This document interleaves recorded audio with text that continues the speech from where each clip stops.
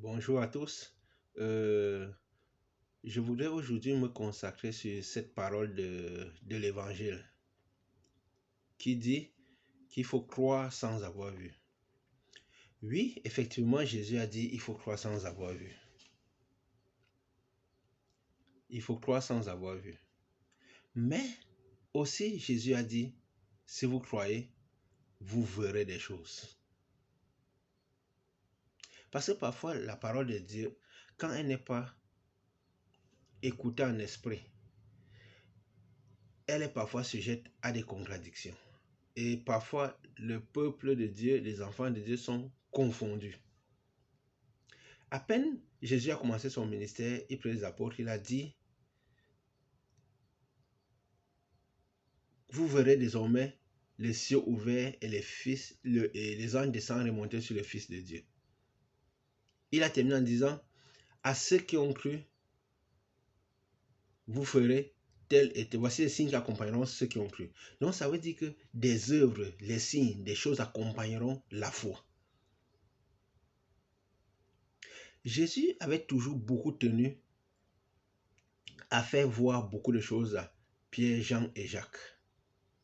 Il les amenait pour leur faire voir des choses, afin que qu'ils croient oui, mais qu'ils voient des choses. Parce que qu'est-ce qui est important dans le fait de voir en croyant? Oui, il faut croire sans avoir vu. Mais en fait, est-ce que Jésus voulait dire vraiment qu'il faut croire sans avoir vu? Dans le sens que il ne l'a pas dit à tout le monde cette phrase. Parce qu'il faut voir le contexte dans lequel il parle. Jésus n'aurait jamais dit à un Pierre, Jean ou à Jacques, il faut croire sans avoir vu. Parce que eux, ils ont vu beaucoup de choses. Jésus tenait à les amener dans beaucoup de choses pour voir les choses, afin que leur foi soit établie. Oui, on peut ne pas croire sans avoir vu à l'époque, mais c'est très important qu'on voit après avoir cru. Parce que beaucoup de gens, parfois, qu'est-ce qui se passe quand on ne comprend pas bien cette situation? On croit oui sans avoir vu, mais même sans, quand on continue à ne pas voir, on continue à vouloir avoir une foi qui ne voit rien. Et c'est très dangereux dans la marche avec Christ. Jésus avait dit à Thomas, parce que parfois, beaucoup de gens, à cause de plein de situations, parfois la vie qu'on a, notre background, comment on a grandi, parfois la foi devient plus difficile pour nous.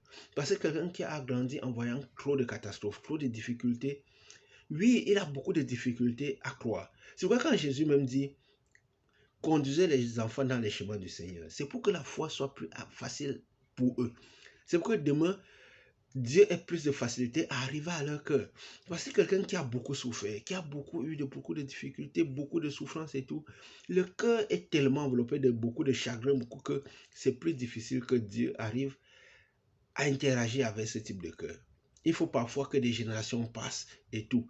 Alors c'est quoi Jésus prévoit souvent qu'à partir de la troisième génération, quatrième, oui, ça sera plus facile d'arriver à des cœurs. Que certains manquements des parents, certains manquements des ancêtres pourront durer jusqu'à une certaine génération. Et ça sera plus léger, plus facile à ce que Dieu arrive à des cœurs. Quand Jésus disait à Pierre, à Jacques, à Thomas, il faut croire sans avoir vu. Parce que Thomas, dans la marche avec laquelle il faisait déjà avec Jésus, c'était quelqu'un qui doutait beaucoup, qui ne croyait pas beaucoup. Quand il fallait aller, il avait toujours des petites réticences et tout. Peut-être à cause de son passé.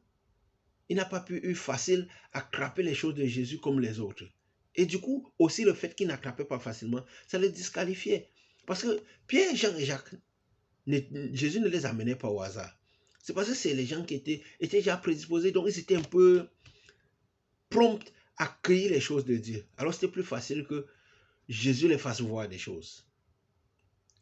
En fait, il voulait dire à Thomas, même si ta foi est petite, parce que normalement, Dieu ne veut pas que quelqu'un soit hors du royaume des cieux. Le salut est disponible pour tout le monde. Peut-être tout le monde n'a pas les mêmes facultés de départ à cause de beaucoup de situations qu'on a vécues, à cause de comment on a grandi et tout. Mais il veut dire que tout le monde a quand même les possibilités de pouvoir croire et être sauvé. Donc même si ta foi est petite, même si ta foi ne te permet pas de croire. Essaye quand même de croire, même si tu n'as pas vu. Essaye de croire. Jésus n'aurait jamais dit une chose pareille à Pierre, Jean et Jacques. Il a dit à Thomas, parce que dans leur marche, il voyait bien que Thomas ne croyait pas.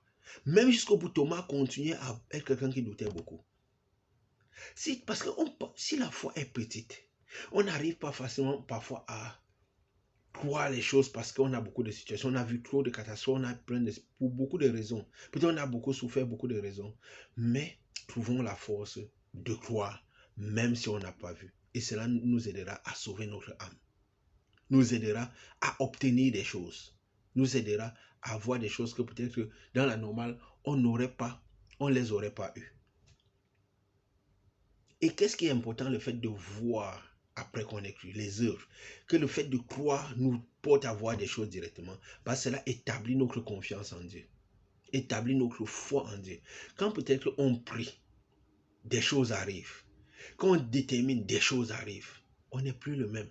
On n'est plus le même. C'est d'établir notre confiance, notre assurance en Christ, notre détermination en Christ.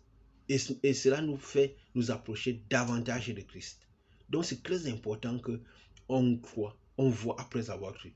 Et c'est pourquoi je dis, des signes accompagneront ceux qui ont cru. Parce que plus les signes nous accompagnent, plus c'est établit notre foi. Dieu veut que des signes accompagnent ceux qui ont cru. C'est pourquoi il a dit, c'est une puissance qui descend. Quand ceux qui croient, il a dit, à ceux qui ont cru, le pouvoir du Saint-Esprit descendra sur eux. Et le Saint-Esprit, c'est une puissance pour que des œuvres suivent, pour que des signes suivent, pour que des choses apparaissent quand on prie, pour qu'on puisse interagir avec ce monde spirituel. Donc, le surnaturel devienne naturel, que l'impossible devienne possible. Donc, pour qu'on puisse voir ce en quoi on croit. C'est en fait, personne ne peut être en dehors, personne ne doit être en dehors, personne ne peut dire que j'ai des raisons de me retrouver en dehors des signes et de la gloire de Dieu. Parce que tout le monde, c'est possible pour tout le monde. Donc, même si la foi est petite, il faut s'agripper à croire, même si on n'a pas vu, et on verra. Celui qui a la foi plus grande, il va voir. Même avant de croire, il va voir beaucoup de choses, quoi. Mais Dieu ne veut pas que quelqu'un soit en dehors du salut. Que ce message bénisse tout cœur qui l'écoutera. Au nom de Jésus. Amen.